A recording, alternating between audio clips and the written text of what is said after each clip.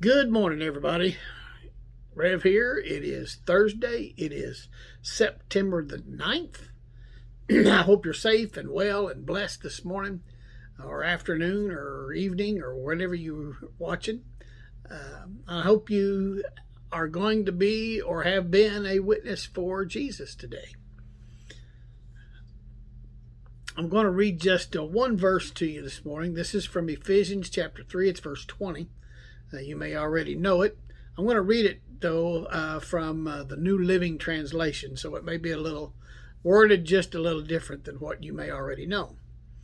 Now, all glory to God, who is able through his mighty power at work within us to accomplish infinitely more than we might ask or think. And may God add his blessing to the reading and hearing of his word this morning. Here's a question. Have you ever thought about faith as choosing and believing God's dream for your life?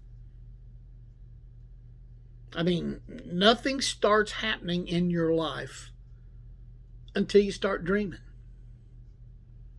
And God has given you the ability to dream. He has given you the ability to create. He has given you the ability to imagine. You see, dreaming is an act of faith. And most everything that you see on this planet started as a dream. Houses, churches, businesses, families, ministries, and so on. So, how do you get God's dream for your life? Well, glad you asked. 3 things. You do 3 things. First, you dare to ask for it. Again, all glory to God, who is able through his mighty power at work within us to accomplish infinitely more than we might ask or think. If you want God's blessing on your life, you got to ask for it. And I dare you. I dare you to ask for it. Ask God, what's your dream for my life? What is it that you want me to do? And then ask yourself, what would I attempt for God if I knew that it wouldn't fail?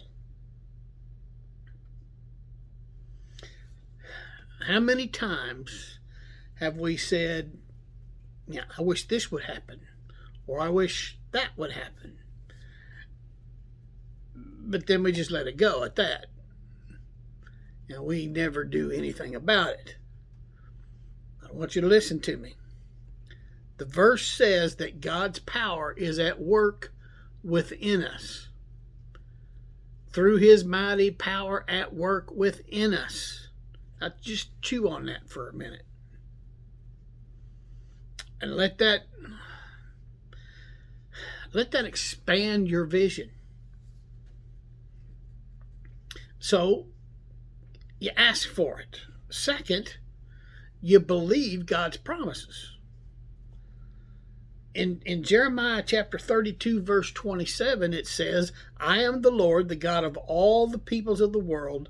Is anything too hard for me? Again, that's New Living Translation. Never let an impossible situation intimidate you.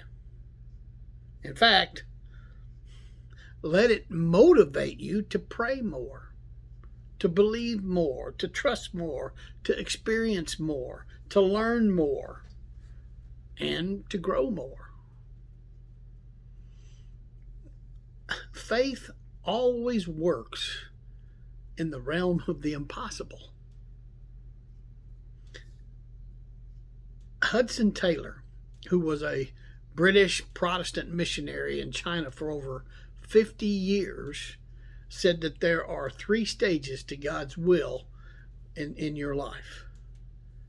Impossible, possible, and done.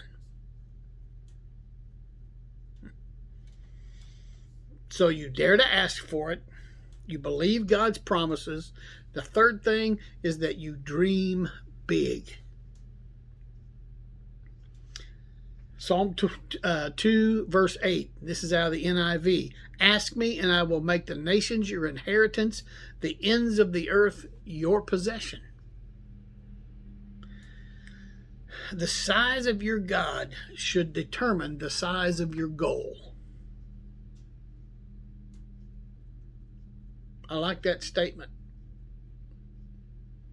The size of your God should determine the size of your goal. You haven't really believed God until you've attempted something that can't be done in the power of the flesh.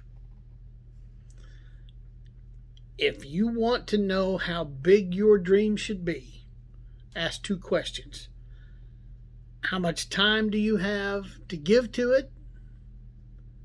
If it's a dream that you can give the rest of your life to, then you can dream really big. And the second question is, what are you shaped to do? Rick Warren from Saddleback Church would say, he asks what your shape is. What are your spiritual gifts? What's your heart, your abilities, your personality, and your experiences? That's your shape. The 5 things that make you who you are. What do you love to do? What are you gifted to do?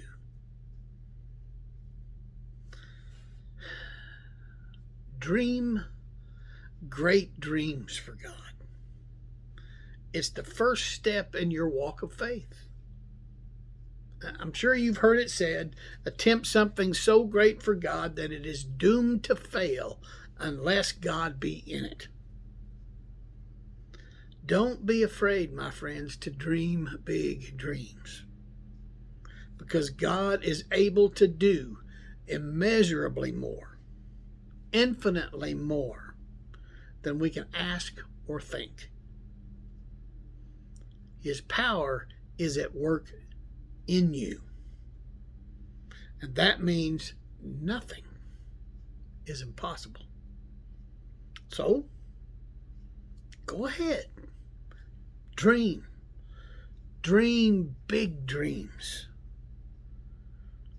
When you make God a part of your dreams, part of your visions for the future, then there is no limit to what can be accomplished. I'm Pastor Mark. Love you guys. Be safe, be well, be blessed, be strong. Go do something for Jesus. I'll see you tomorrow.